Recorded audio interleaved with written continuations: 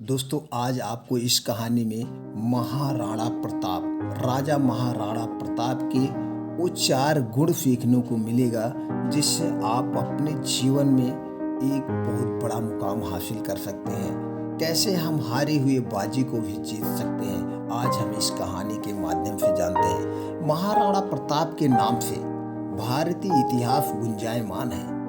यह एक ऐसा योद्धा थे जिन्होंने मुगलों को छठी का दूध याद दिला दिया था। इनकी वीरता की कथा से भारत की भूमि गौरवान्वित होती है। महाराणा प्रताप मेवाड़ की प्रजा के राणा थे। वर्तमान में यह स्थान राजस्थान में आता है। प्रताप राजपूतों में सिसोदिया वंश के वंशज थे। यह एक बहादुर राजपूत थे जिन्होंने हर परिस्थिति में अपनी आखिरी सांस तक अपनी प्रजा की रक्षा की। इन्होंने सदैव अपने एवं अपने परिवार से ऊपर प्रजा को मान दिया। एक ऐसे राजपूत थे जिसकी वीरता को अकबर भी सलाम करता था। महाराणा प्रताप युद्ध कौशल में तो निपुण थे ही, लेकिन वह एक भावुक एवं धर्म परायण में भी थे। उनकी सबसे पहली गुरु उनकी माता जयवंता बाई जी थी। उनकी माता उन्हीं के सब कुछ थी, उन्हीं को गुरु मानते थे। वो अपनी माता का हमेशा आदर करते थे। महाराणा प्रताप का जन्म दिन आज के कैलेंडर के अनुसार 9 मई 1540 में उत्तर दक्षिण भारत के मेवाड़ में हुआ था। हिंदी पंचांग के अनुसार यह दिन ज्येष्ठ माह शुक्ल पक्ष की 30 को आता है। आज भी इसी दिन राजस्थान में प्रताप का जन्मदिन मनाया जाता है। प्रताप उदयपुर के राणा उदय सिंह एवं महारानी जयवंता बाई के पुत्र थे। महाराणा प्रताप की पहली रानी का नाम अजवदी पुनवारा था। अमर सिंह और भगवान दास इनके 2 पुत्र थे। अमर सिंह ने बाद में राजगद्दी संभाली थी। महारानी जयवंता के अलावा राणा उदय सिंह की और भी पत्नियां थीं, जिनमें रानी धीरबाई उदय सिंह की प्रिय पत्नी थी। रानी धीरबाई की मंशा थी कि उनका पुत्र जयमाल राणा उदय सिंह का उत्तराधिकारी बने। इसके अलावा राणा उदय सिंह के 2 पुत्र शक्ति सिंह और सागर सिंह भी थे। इनमें भी राणा उदय सिंह के बाद राजगद्दी संभालने की मंशा थी, लेकिन प्रजा और राणा जी दोनों ही प्रताप को ही उत्तराधिकारी के तौर पर मानते थे।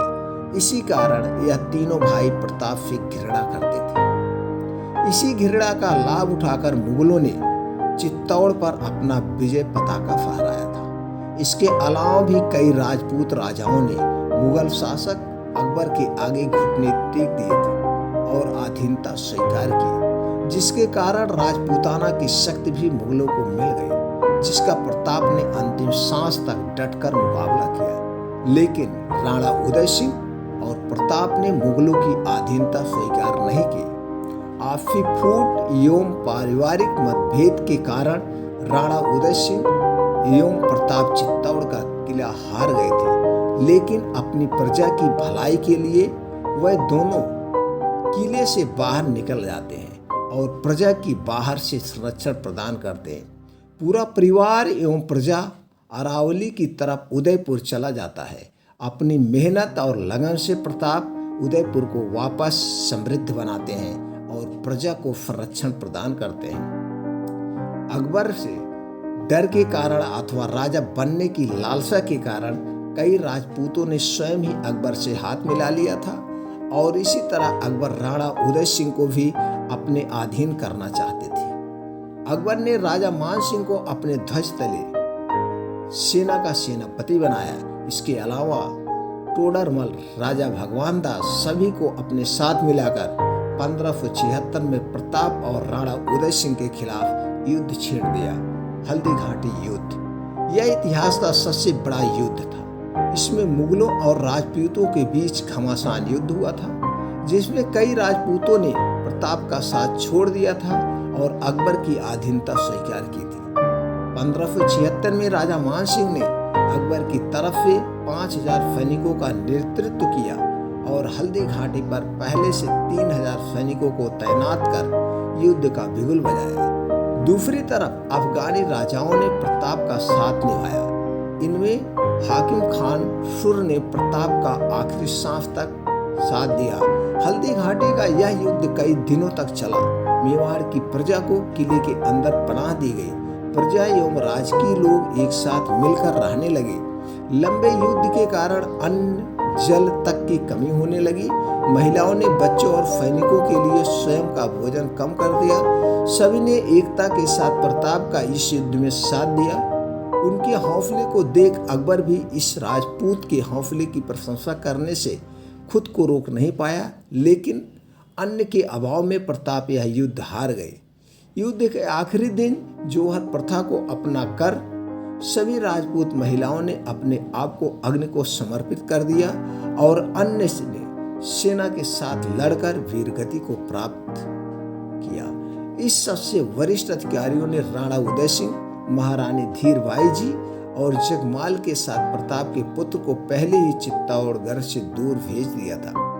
युद्ध के एक दिन पूर्व उन्होंने प्रताप और अजब्दे को नींद की दवा देकर किले से गुप्त रूप से बाहर कर दिया था। इसके पीछे उनका सोचना था कि राजपूताना को वापस खड़ा करने के लिए भावी संरक्षण के लिए प्रताप का जिंदा रहना जरूरी है। मुगलों ने जब किले पर हुक्म जमाया तो उन्हें प्रताप कहीं नहीं मिला और अकबर का प्रताप को पकड़ने का सपना पूरा नहीं हो पाया।